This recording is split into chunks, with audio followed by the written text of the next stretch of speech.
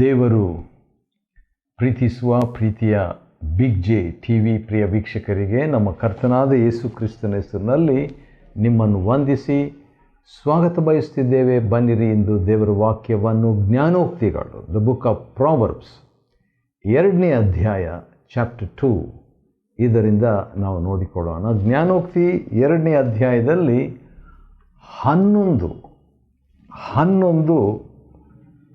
ಜ್ಞಾನದ ರಹಸ್ಯಗಳು, 12 ಜ್ಞಾನದ ಆಶೀರ್ವಾದಗಳು, 2 ಅಡಕವಾಗಿದೆ. 11 secrets of wisdom and 12 blessings of wisdom. ಒಟ್ಟು ಜ್ಞಾನದ ಬಗ್ಗೆ ಇದೆ. ಜ್ಞಾನ ಒಂದು ಅಕ್ಷರಿಕವಾದಂಥ ಜ್ಞಾನ, ಲಿಟ್ರಲ್ ವಿಸ್ಡಮ್. ಇನ್ನೊಂದು ಆತ್ಮಿಕವಾದ ಜ್ಞಾನ, ಸ್ಪಿರಿಚುವಲ್ ವಿಸ್ಡಮ್. ಅದು ಯಾರಂದರೆ ನಮ್ಮ ಕರ್ತನಾದ ಯೇಸು ಕ್ರಿಸ್ತನು ತಾನೆ. ಯಾಕಂತ ಹೇಳಿದರೆ 1 ಕೊರಿಂಥ 1ನೇ ಅಧ್ಯಾಯದ 30ನೇ ವಚನದಲ್ಲಿ ಕ್ರಿಸ್ತನು ನಮಗೆ ಜ್ಞಾನವಾಗಿದ್ದಾನೆ. ಕ್ರೈಸ್ಟ್ ಈಸ್ ದ ವಿಸ್ಡಮ್ ಎಂಬುದಾಗಿ ದೇವರ ವಾಕ್ಯ ಹೇಳ್ತದೆ. ಆದ ಕಾರಣ ಇಡೀ ಜ್ಞಾನೋಕ್ತಿಗಳ ಪುಸ್ತಕದಲ್ಲಿ ಹೆಚ್ಚಾಗಿ ನಮ್ಮ ಕರ್ತನಾದ ಯೇಸು ಕ್ರಿಸ್ತನನ್ನು ಜ್ಞಾನವಾಗಿ ನಾವು ನೋಡಿಕೊಳ್ಳಬಹುದು. ಸರಿ, ಸೀಕ್ರೆಟ್ಸ್ ಆಫ್ ವಿಸ್ಡಮ್, ಜ್ಞಾನದ ರಹಸ್ಯ ಏನು? ಒಂದು 11 ರಹಸ್ಯಗಳನ್ನು ಹೇಳ್ತೀನಿ. ಒಂದು ರೀತಿಯಿಂದ ಇದು ರಹಸ್ಯ ಅಲ್ಲ, ಆದರೆ ಭಾಳ ಜನರು ಇದು ಹೀಗೆ ಮಾಡದೇ ಇರೋದರಿಂದ ಅದು ರಹಸ್ಯವಾಗಿ ಉಳಿದು ಬಿಟ್ಟಿದೆ. ಆದರೆ ಸ್ಪಷ್ಟವಾಗಿ ದೇವರು ಬರೆದಿಟ್ಟರು ಕೂಡ ಅದು ರಹಸ್ಯವಾಗಿ ಉಳಿದಿರೋದರಿಂದ ಅದನ್ನು ರಹಸ್ಯ ಅಂತ ನಾನು ಕರಿತೇನೆ. ಸರಿ, ಮೊದಲನೇ ರಹಸ್ಯ ಏನಂದರೆ, ಜ್ಞಾನ ನಾವು ಪಡ್ಕೋಬೇಕಾದ್ರೆ ಜ್ಞಾನದ ರಹಸ್ಯ ಮೊದಲನೆಯದು ಜ್ಞಾನವನ್ನು ಅಂಗೀಕರಿಸಬೇಕು. We should receive wisdom. ಕಂದ, ನನ್ನ ಮಾತುಗಳನ್ನು ಅಂಗೀಕರಿಸಿ, ರಿಸೀವ್ ಇಟ್, ಅದನ್ನು ತೆಗೆದುಕೊಳ್ಳುವಂಥ, ಸ್ವೀಕಾರ ಮಾಡುವಂಥ ಮನಸ್ಸು ನಮಗಿರಬೇಕು. ದೇವರ ವಾಕ್ಯ ಅನೇಕರಿಗೆ ಗೊತ್ತಿರ್ಬೋದು, ಅನೇಕರ ಮನೆಯಲ್ಲಿ ಪವಿತ್ರ ಗ್ರಂಥ ಇರ್ಬೋದು, ಆದರೆ ಅನೇಕರು ಅದನ್ನು ರಿಸೀವ್ ಮಾಡುವಂಥದ್ದು ಅದರ ಮೇಲೆ ಹತ್ಕೊಂಡಿದೆ ಯಶಸ್ವಿ ಆಶೀರ್ವಾದ. ಅಂಗೀಕರಿಸಬೇಕು. 2ನೇದು ಅದೇ ವಚನದಲ್ಲಿ ಅದನ್ನು ಕಾಪಾಡಿಕೋ. ರಿಸೀವ್ ಮಾಡಿಕೊಡೋದು ಅಷ್ಟೇ ಅಲ್ಲ, ಅದನ್ನು ನಿಧಿಯಂತೆ, ನಿಕ್ಷೇಪದಂತೆ ಕಾಪಾಡಿಕೊಳ್ಳಬೇಕು ಎಂಬುದಾಗಿ ಕೂಡ ದೇವರ ವಾಕ್ಯ ಹೇಳ್ತದೆ. 3ನೇ ರಹಸ್ಯ ಏನಂತ ಹೇಳಿದ್ರೆ, ನಮ್ಮ ಕಿವಿಯನ್ನು ಜ್ಞಾನದ ಕಡೆಗೆ ನಾವು ತಿರುಗಿಸಬೇಕಾಗ್ತದೆ. ಅನೇಕ ಕಡೆಗೆ ನಮ್ಮ ಕಿವಿಗಳನ್ನು ಒಂದು ದಿನದಲ್ಲಿ ಸುಮಾರು 10,000 ಮಾತುಗಳನ್ನು ಕೇಳಿಸ್ಕೊಳ್ತೇವೆ. 1000 ವಿಷಯಗಳನ್ನು ಅಥವಾ 1000 ಮಾತುಗಳನ್ನು ನಾವು ಯೋಚನೆಗಳನ್ನು ಒಂದು ದಿನಕ್ಕೆ ನಾವು ಮಾಡ್ತೇವೆ. ಆದರೆ ನಮ್ಮ ಕಿವಿ ಜ್ಞಾನದ ಕಡೆಗೆ ತಿರುಗಿಕೊಳ್ಳಬೇಕು. ಜ್ಞಾನ ಅಂತ ಹೇಳಿದರೆ ಅದು ಯೇಸು ಕ್ರಿಸ್ತನಿಗೆ ಸಾಂಕೇತಿಕವಾದದ್ದು. ಯೇಸು ಕ್ರಿಸ್ತನ ಕಡೆಗೆ ಆತನನ್ನು ಅಂಗೀಕರಿಸಬೇಕು, ಆತನ ಕಡೆಗೆ ನಾವು ತಿರುಗಿಕೊಳ್ಳಬೇಕು. ಮತ್ತು 2ನೇ ವಚನದಲ್ಲಿ ಹೃದಯವನ್ನು ವಿವೇಕದ ಕಡೆಗೂ ತಿರುಗಿಸು. ಹಾಗಾದರೆ ಕಿವಿಯನ್ನು ಜ್ಞಾನದ ಕಡೆಗೆ, ಹೃದಯವನ್ನು ಕೂಡ ಜ್ಞಾನದ ಕಡೆಗೆ ಅಥವಾ ವಿವೇಕದ ಕಡೆಗೆ ನಾವು ತಿರುಗಿಸಬೇಕು. ಮತ್ತು ನೆನಪಿರಲಿ, ಜ್ಞಾನದ 11 ರಹಸ್ಯಗಳನ್ನು ನೋಡ್ತಾ ಇದ್ವಿ. 11 ಸೀಕ್ರೆಟ್ಸ್ ಆಫ್ ವಿಸ್ಡಮ್. ಅಂದರೆ ಜ್ಞಾನ ಪಡ್ಕೋಬೇಕಾದರೆ ನಾವು ಏನು ಮಾಡಬೇಕು ಅಂತ ಹೇಳ್ಬಿಟ್ಟು ನೋಡುವಾಗ ನಾವು ಹೌದು ಅಂಗೀಕರಿಸ್ಬೇಕು, ಕಾಪಾಡ್ಕೋಬೇಕು, ಕಿವಿ ತೆರೆದಿರಬೇಕು, ಹೃದಯವು ಕೂಡ ಜ್ಞಾನದ ಕಡೆಗೆ, ವಿವೇಕದ ಕಡೆಗೆ ತಿರುಗಿಸ್ಬೇಕು. ಅನಂತರ ಮೊರೆ ಇಡಬೇಕು. 5ನೇದಾಗಿ ಜ್ಞಾನದ ರಹಸ್ಯ ಏನಂದರೆ ಮೊರೆ ಇಡಬೇಕು, ಅದನ್ನು ಕರೀಬೇಕು, ಕೂಗಬೇಕು, ಪ್ರಾರ್ಥಿಸಬೇಕು. ಮತ್ತು ಮೊರೆ ಇಡುವುದು ಅಷ್ಟೇ ಅಲ್ಲ, 3ನೇ ವಚನದ 2ನೇ ಭಾಗದಲ್ಲಿ ನೋಡುವಾಗ ವಿವೇಕಕ್ಕಾಗಿ ಕೂಗಿಕೊಂಡು, should speak to the wisdom, ಕರೆ ಮಾಡಬೇಕು, ಕೂಗಿಕೊಂಡದು. 6ನೇದು ಜ್ಞಾನದ ರಹಸ್ಯ. ಆಮೇಲೆ 7ನೇದಾಗಿ 4ನೇ ವಚನದಲ್ಲಿ ಅದನ್ನು ಬೆಳ್ಳಿಯಂತೆಯೂ ಬೆಳ್ಳಿ ಅಮೂಲ್ಯವಾದದ್ದು. ಆದರೆ ಜ್ಞಾನ ಬಂದು ಬೆಳ್ಳಿ ಇದ್ದ ಹಾಗೆ. ಬೆಳ್ಳಿ ಏನಾದರೂ ಕಳೆದೋಗ್ಬಿಟ್ಟಿದ್ರೆ ಅದನ್ನು ಹುಡುಕಬೇಕಾದ್ರೆ ನಾವು ಭಾಳ ಸೀರಿಯಸ್ ಆಗಿ ಹುಡುಕ್ತೀವಲ್ಲ, ಹಾಗೆ ಜ್ಞಾನ ಕಳೆದಿಲ್ಲ, ಆದರೆ ನಾವು ಕಳೆದಿದ್ದೇವೆ. ಕಳೆದು ಹೋದಂಥ ನಾವು ಇರುವಂಥ ಸ್ಥಳದಲ್ಲಿ ಜ್ಞಾನ ಇರುವಾಗ ಅದನ್ನು ಹುಡುಕಬೇಕು, ಬೆಳ್ಳಿಯಂತೆ ಹುಡುಕಬೇಕು. ಅಷ್ಟೇ ಅಲ್ಲ, ಅದನ್ನು ನಿಕ್ಷೇಪದಂತೆ ಹುಡುಕಬೇಕು. ಇದು ಜ್ಞಾನದ ಇನ್ನೊಂದು ರಹಸ್ಯ. ಅದನ್ನು ಬೆಳ್ಳಿಯಂತೆ ಹುಡುಕಬೇಕು. ನಿಕ್ಷೇಪ, ಹಿಡನ್ ಟ್ರೆಷರ್. ಕೆಲವು ಸಾರಿ ಅದು ಆಳವಾಗಿ ಅಗೆದಿರ್ತದೆ. ಅಗೆದದ್ದನ್ನು, ಅದನ್ನು ಮರೆಯಾಗಿರುವಂಥದ್ದನ್ನು ಅಗೆದು ತೆಗೆದು ಅದನ್ನು ಉಪಯೋಗಿಸುವಂಥ ರೀತಿಯಲ್ಲಿ ಜಾಗ್ರತೆಯನ್ನು ವಹಿಸಿ, ಶ್ರಮೆಯನ್ನು ವಹಿಸಿ, ತಾಳ್ಮೆಯನ್ನು ವಹಿಸಿ ಅದನ್ನು ನಾವು ಪಡ್ಕೊಳ್ಬೇಕು. ಆ ಜ್ಞಾನವನ್ನು ಅದನ್ನು ಹುಡುಕಬೇಕು, ಭಾಳ ಇಂಪಾರ್ಟೆಂಟ್. ಆ ರೀತಿಯಾಗಿ ಹುಡುಕಿದಾಗ ಏನಾಗ್ತದೆ? 5ನೇ ವಚನದಲ್ಲಿ ಆಗ ನೀನು ಯೆಹೋವನ ಭಯವನ್ನು ಅರಿತು ದೈವಜ್ಞಾನವನ್ನು ಪಡ್ಕೊಳ್ಳುವಿ. ಬರೀ ಜ್ಞಾನ ಅಲ್ಲ, ಅದು ದೈವಜ್ಞಾನ. ಅದು ಕ್ರಿಸ್ತನು ತಾನೇ. ದೈವಜ್ಞಾನವನ್ನು ಪಡ್ಕೊಳ್ಳುವಿ.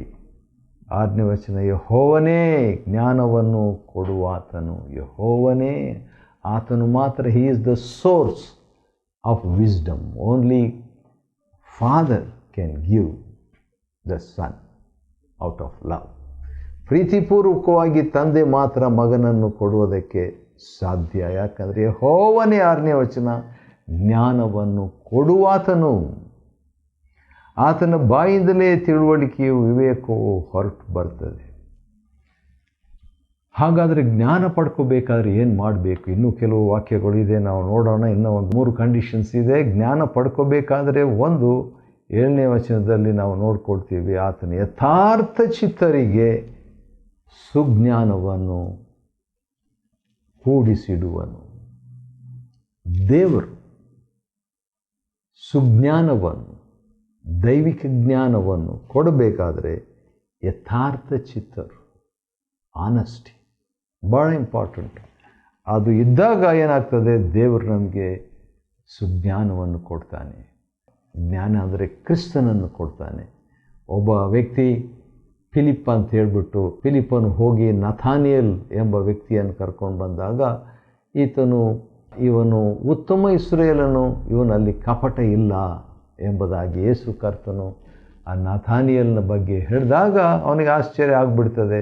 ಆದರೆ ಅವನು ಯಥಾರ್ಥನಾಗಿದ್ದುದರಿಂದ ಅಂದು ಬೆಳಗ್ಗೆ ಅಥವಾ ಆ ಸಂದರ್ಭದಲ್ಲಿ ಸುಜ್ಞಾನವನ್ನು, ದೈವಜ್ಞಾನವನ್ನು, ಯೇಸು ಕ್ರಿಸ್ತನನ್ನು ಪಡೆಯೋದಕ್ಕೆ ಆಸ್ಪದವಾಯಿತು. ಸರಿ, ನಮಗೆ ಜ್ಞಾನ ಸಿಗಬೇಕಾದ್ರೆ ಅದರ ರಹಸ್ಯ ಏನು? ಜ್ಞಾನದ ರಹಸ್ಯ ಇನ್ನೊಂದು 10ನೇದು ಏನಂತ ಹೇಳಿದರೆ, ದೋಷವಿಲ್ಲದೆ ನಡೆಯುವವರಿಗೆ ದೇವರು ಗುರಾಣಿಯಂತಿದ್ದು ನ್ಯಾಯ ಮಾರ್ಗವನ್ನು ರಕ್ಷಿಸ್ತಾ ಜ್ಞಾನ ಮಾರ್ಗದಲ್ಲಿ ಬೆಳೆಸ್ತಾನ್ರಿ. ಮತ್ತು ಇನ್ನೊಂದು ಕಂಡೀಷನು, 11ನೇ ಕಂಡೀಷನು, ತನ್ನ ಭಕ್ತರ ದಾರಿಯನ್ನು ನೋಡಿಕೊಳ್ಳುವನು. ಭಕ್ತಾದಿಗಳಿಗೆ ಆತನು ತಿಳಿಸ್ತಾನೆ. ಹೌದು, ನಮ್ಮ ಪಾರ್ಟ್ ನಾವು ಮಾಡುವಾಗ ದೇವರು ಮಾಡ್ತಾರೆ. ಸರಿ, ಈಗ 11 ಜ್ಞಾನದ ರಹಸ್ಯಗಳು ಅಥವಾ ನಿಬಂಧನೆಗಳು ಅಂತ ಹೇಳ್ಬೋದು. ಆದರೆ ಜ್ಞಾನ ಪಡ್ಕೊಂಡ ಮೇಲೆ ಏನಾಗ್ತದೆ ಅಂತ ಹೇಳ್ಬಿಟ್ಟು ನೋಡುವಾಗ 12 ಆಶೀರ್ವಾದಗಳು. ವಾವ್! ನೋಡೋಣ ಒಂದೊಂದಾಗಿ ಏನು ಆಶೀರ್ವಾದ ದೇವರು ನನಗಾಗಿ ನಮಗಾಗಿ ಇಟ್ಟಿದ್ದಾನೆ ಅಂತ ಹೇಳ್ಬಿಟ್ಟು. ಮೊದಲನೇದು, ನೀನು ನೀತಿ ನ್ಯಾಯಗಳನ್ನು, ಹೌದು, ನೀತಿ ನ್ಯಾಯ ತಿಳ್ಕೊಳ್ಳುವಂಥದ್ದು ಮೊಟ್ಟ ಮೊದಲನೇ ಆಶೀರ್ವಾದ, ಜ್ಞಾನದ ಆಶೀರ್ವಾದ. 2ನೇ ಆಶೀರ್ವಾದ, ಧರ್ಮವನ್ನು ಅಂದರೆ ಸನ್ಮಾರ್ಗಗಳನ್ನು ತಿಳ್ಕೊಳ್ತಿದ್ದು. 2ನೇ ಆಶೀರ್ವಾದ, you will know the ways of God. ದೇವರ ಮಾರ್ಗಗಳು ನಮಗೆ ಗೊತ್ತಾಗ್ಬಿಡ್ತದೆ ಜ್ಞಾನ ಪಡ್ಕೊಂಡಾಗ. 3ನೇದಾಗಿ 10ನೇ ವಚನದಲ್ಲಿದೆ ಜ್ಞಾನೋಕ್ತಿ 2:10 ಏನಂತಿದೆ? ಜ್ಞಾನವು ನಿನ್ನ ಹೃದಯದೊಳಗೆ ಪ್ರವೇಶಿಸುವುದು. ವಾವ್!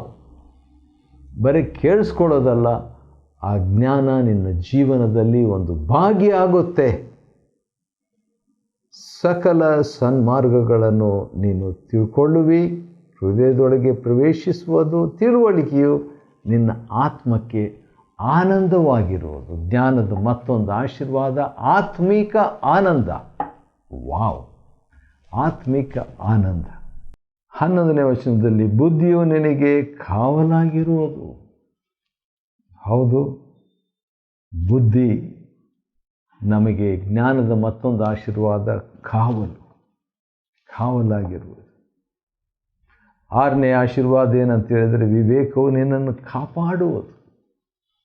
ಹೌದು, ಒಬ್ಬ ವ್ಯಕ್ತಿಗೆ ಖಡ್ಗ ಹೇಗೋ ಅಭದ್ರತೆ, ಹಾಗೆ ಜ್ಞಾನ ಕೂಡ ಖಡ್ಗಕ್ಕಿಂತಲೂ ಮೇಲಾದದ್ದು ಮತ್ತು ಕಾವಲಾಗಿದ್ದು ವಿವೇಕವು ನಿನ್ನನ್ನು ಕಾಪಾಡುವುದು. 7ನೇದಾಗಿ ಕಾಪಾಡುವಂಥ ಒಂದು ಅನುಭವ ನಮಗೆ ಲಭ್ಯವಾಗ್ತದೆ 6ನೇದಾಗಿ. ಮತ್ತು 7ನೇದಾಗಿ ಇದರಿಂದ ದುರ್ಮಾರ್ಗದಿಂದಲೂ ಕೆಟ್ಟ ಮಾತನಾಡುವುದನ್ನು ತಪ್ಪಿಸಿಕೊಳ್ಳುವೆ. ಇದು 7 ಮತ್ತು 8 ಆಶೀರ್ವಾದಗಳು. 7ನೇದೇನು? ಕೆಟ್ಟ ಮಾತಾಡೋದರಿಂದ ತಪ್ಪಿಸಿಕೊಳ್ಳೋದು. 8ನೇದು ಹೌದು, ದುರ್ಮಾರ್ಗದಿಂದ ತಪ್ಪಿಸಿಕೊಳ್ಳೋದು, ಕೆಟ್ಟ ಮಾತನಾಡುವುದರಿಂದ ಎರಡೂ ಕೂಡ ಇದು ಪ್ರಾಮುಖ್ಯತೆ. ದುರ್ಮಾರ್ಗ ಅಂತ ಹೇಳಿದ್ರೆ ಅವನ ಜೀವನ ಶೈಲಿ, ಅವರಿಂದ ನಾವು ತಪ್ಪಿಸಿಕೊಳ್ಬೇಕಾದ್ರೆ ಜ್ಞಾನ, ಇದು ಆಶೀರ್ವಾದ.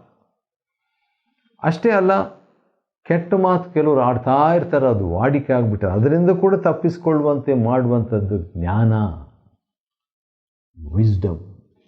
ಸರಿ, ಅದಾದ ನಂತರ ತಪ್ಪಿಸಿಕೊಳ್ಳುವೆ ಎಂಬ ಮಾತು. 8 ಆಶೀರ್ವಾದಗಳು ಇದುವರೆಗೆ ನಾವು ನೋಡಿದ್ದೀವಿ. ಅದಾದ ನಂತರ ಇಲ್ಲಿ ಕೆಲವು ಮಾತುಗಳು ಒಂದು ವಾರ್ನಿಂಗ್ ಆಗಿ, ಎಚ್ಚರಿಕೆಯಾಗಿ ತಂದೆ ಮಗನಿಗೆ ಅಡ್ವೈಸ್ ಮಾಡುವಂಥದ್ದನ್ನು ನಾವು ನೋಡಿಕೊಳ್ತೇವೆ.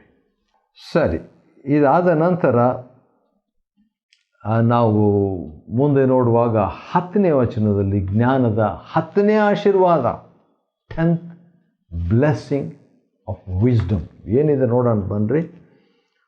ಒಳ್ಳೆಯವರ ನಡತೆಯನ್ನು ಅನುಸರಿಸುವಂತೆ ವಿವೇಕವು ನಿನ್ನನ್ನು ಪ್ರೇರಿಸಿ. ವಾವ್! ವಿವೇಕ, ಜ್ಞಾನ ಏನು ಮಾಡ್ತದೆ ಅಂತ ಹೇಳಿದ್ರೆ ಒಳ್ಳೆ ನಡತೆಯನ್ನು ಅನುಸರಿಸುವಂತೆ, ಅದು ಆ ರೀತಿಯಾಗಿ ನಡೀಬೇಕಾದ್ರೆ ನಮಗೆ ಮನಸ್ಸಿರಲ್ಲ ಕೆಲವು ಸಾರಿ. ಆದರೆ ಈ ಜ್ಞಾನ ಏನು ಮಾಡ್ತದೆ? ಪ್ರೇರಣೆಯನ್ನು ನೀಡ್ತದೆ, ಪ್ರೇರೇಪಿಸ್ತದೆ. ಒಳ್ಳೆ ಜೀವನ ಮಾಡು ಎಂಬಂಥ ವಿವೇಕ ಹಾದಿಗಳನ್ನು ಕೊಡುವಂಥದ್ದಾಗಿದೆ. ಆನಂತರ ಇನ್ನೊಂದು ಆಶೀರ್ವಾದ ಕೂಡ ಇದೆ. ಅದು ಯಾವುದಂದರೆ 21ನೇ ವಚನದಲ್ಲಿ, ಜ್ಞಾನೋಕ್ತಿ 2ನೇ ಅಧ್ಯಾಯ 21ನೇ ವಚನದಲ್ಲಿ, ಯಥಾರ್ಥವಂತರು ದೇಶದಲ್ಲಿ ಸ್ವತಂತ್ರರಾಗಿರುವರು. ಯಥಾರ್ಥವಂತರು. ಕೀರ್ತನೆ 145 18ನೇ ವಚನದಲ್ಲಿ, ಯೆಹೋವನಿಗೆ ಮೊರೆಯಿಡುವವರು ಯಥಾರ್ಥವಾಗಿ ಮೊರೆಯಿಡುವುದಾದರೆ ಆತನು ಹತ್ತಿರವಾಗಿಯೇ ಇದ್ದಾನೆ. ಇಸ್ ಕ್ಲೋಸ್ ಬೈ, ಹತ್ತಿರವಾಗಿಯೇ ಇದ್ದಾನೆ.